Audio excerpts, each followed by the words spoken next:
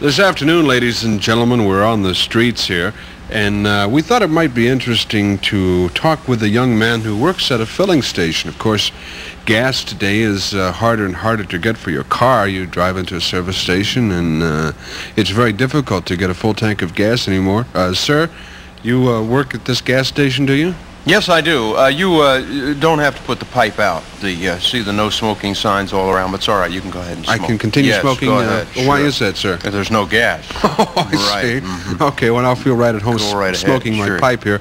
I'd like to ask you, when did you realize that the gas shortage was coming?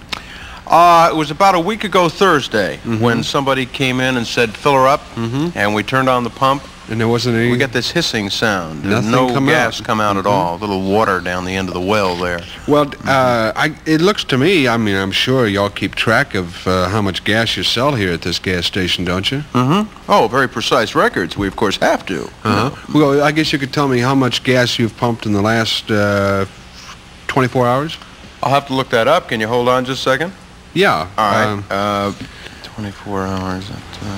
The young man is going through a piece of paper. I can give you an approximate figure. All right. Would you go ahead? 3.5 gallons. 3.5 gallons. Right. Is that somewhat off from a normal 24-hour period? Somewhat, yeah. I mean, I have the figures here from last year at this same time. That's all right. Don't bother to look 24-hour period. The information. We pumped 2,400 gallons that 24-hour period. There is a little discrepancy there. Yeah, a little bit.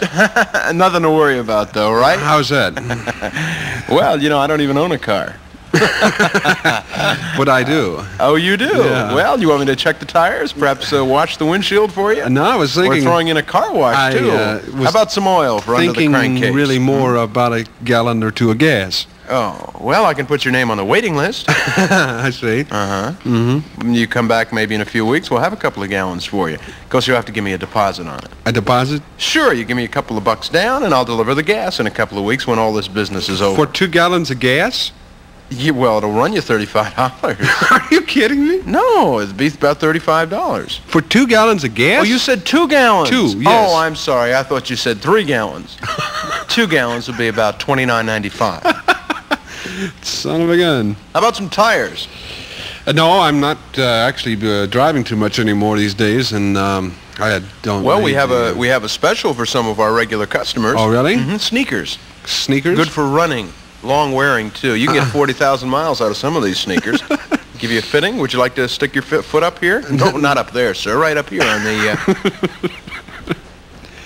Well, what do you think is causing the fuel crisis, the shortage of gasoline? Well, we oversold. Oversold? Yeah, our advertising campaigns pushed everybody, you know, put a Tiger in your tank, makes your car start like it's summertime. Right. We oversold gasoline, told everybody to, you know, fill up their tank. We shouldn't have done that. I told them, put a pussycat in your tank, not a tiger. Put a pussycat? Sure. They didn't go for that at all. I guess... We convinced too many people to fill up their cars and drive unnecessarily. But it just seemed like it was just all of a sudden. That's the way these things happen. Just like that. It's sort of like a heart attack, isn't it? Well, I'll tell you, it's less like a heart attack and more of an attack of gas. Or the lack of it is. Or the lack of it. Case may be. But I tell you, our regular customers, you know, a stranger comes in and say, fill them up now, and I say, bananas, you know, we haven't got any gas for you. One of our regular customers comes in, and, you know, we know him, we know his face, we know his family, we know his ability to pay. We'll find some gasoline for them. Of course, it's, you know, it's not going to be the highest octane gasoline in the world. You know, not going to be extra or super regular. It's going to be worse than... Well, it's sort of a mixture of water and honey that we've devised here. Throws your engine out, and then you have no problem with your car at all. Well, what about the traveler that's coming down the turnpike that pulls into your fair city and wants a tank of gas to get on down the road? Well, he's out of luck. He's, you know, with the gas shortage is with us. It's real, and there really isn't much we can do for that poor slob. We also have a new service now. You take this poor sucker who comes in off the turnpike coming to town, needs a tank of gas, right? You can give some gas? No, we don't, you know, we don't have any gas to give him, but we do have a new service. What? We can sell his car for him. We have a used car lot in the back. Oh, this is great service. You know, he parks the car, checks in at a motel in a couple of days. Let's say he's got a 71 or 72 coupe. We'll have $300 or $400 for him like that.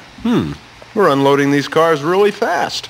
Have you started closing like on weekends and things now? Some gas stations have as an economy moves. Oh, we have a very strict new schedule. In fact, we're open 7 days a week, but only for a limited time each day. How much? 20 minutes a day. And that's at 3 in the morning. We do take all major credit cards. For what? That's just what my man was saying the other day. Of course, we have our mechanic still on duty. Oh, he can fix the cars. He can fix the cars, sure. Get them ready for sale. Sir, I don't care what you say, though. There are rumors to the effect that this is just a coy idea of the oil producers of America, the gasoline manufacturers, to hype the price of gas. Do you think that the major executives of the oil companies have gasoline for their Rolls-Royces, Cadillacs, Mercedes-Benz, and all their big cars? Do you think they have gas? Of course they have gas. So what kind of a silly question is that? Well, we're not questioning that gas doesn't exist. We're questioning if it's being cut off to the public to hype the prices and make it more expensive for a gallon of gas. That was a question. Oh. Would you respond to the question? Sure. When? Look, I don't know whether you're going to buy this or not, but in Hoboken, New Jersey... Can I light my pipe again? Go ahead. No danger of any combustible fluid around here. Okay. In Hoboken, New Jersey, there is the International Gasoline Works, where gasoline is stored. Right now, they must have, billions and billions and billions of barrels. Of gas? No, just barrels. Oh, I see. Right. If we can convert cars so that they can run on barrels and not on gasoline, we're in good shape. I suppose, talking about gas stations, that the philosophy of training attendants now is somewhat changed. Oh, I want to tell you, you ought to see our new handbook. First, will you pretend you're a customer, and I'll show you what you're supposed to do. Okay, do I drive in or walk in? Yeah, you drive in. Okay. With any luck at all. Okay, I'm sort of puttering in here to the gas station, and I say, I come up to you and I say, "Hi, sir." And I say, "Fill her up." How are you, sir? Fill her up. How's the family doing? Would you fill it up? Can I check under the hood for you? Would you just fill me the windshield's gas, a little spotty, sir. Can I clean it up for you? Tank? You know, those tires are pretty well worn. What Perhaps about we ought to rotate 2 or 3 the gallons? Now, what is it can I do for you, 2 or 3 gallons of gas. Gallons of what, sir? Gas. Gasoline? Gasoline, Oh, gasoline. Hey, did you hear about the farmer who went into the gasoline? And I sort of changed the subject. Just a couple of gallons. How about a glass of water, sir? And then we keep the guy going. But if some curvy blonde comes in a sports car and you says, can be persuaded to part with the gas, huh? Yeah, she says, fill it up. Well, I just want to say, sir, this is probably the bleakest interview that I've ever conducted. I'm sorry you feel that way. I mean, I am thoroughly depressed. I'm going to go home and sell my car. I'm not as pessimistic as everybody is. I look on the bright side. I just bought a 1972 Schwinn.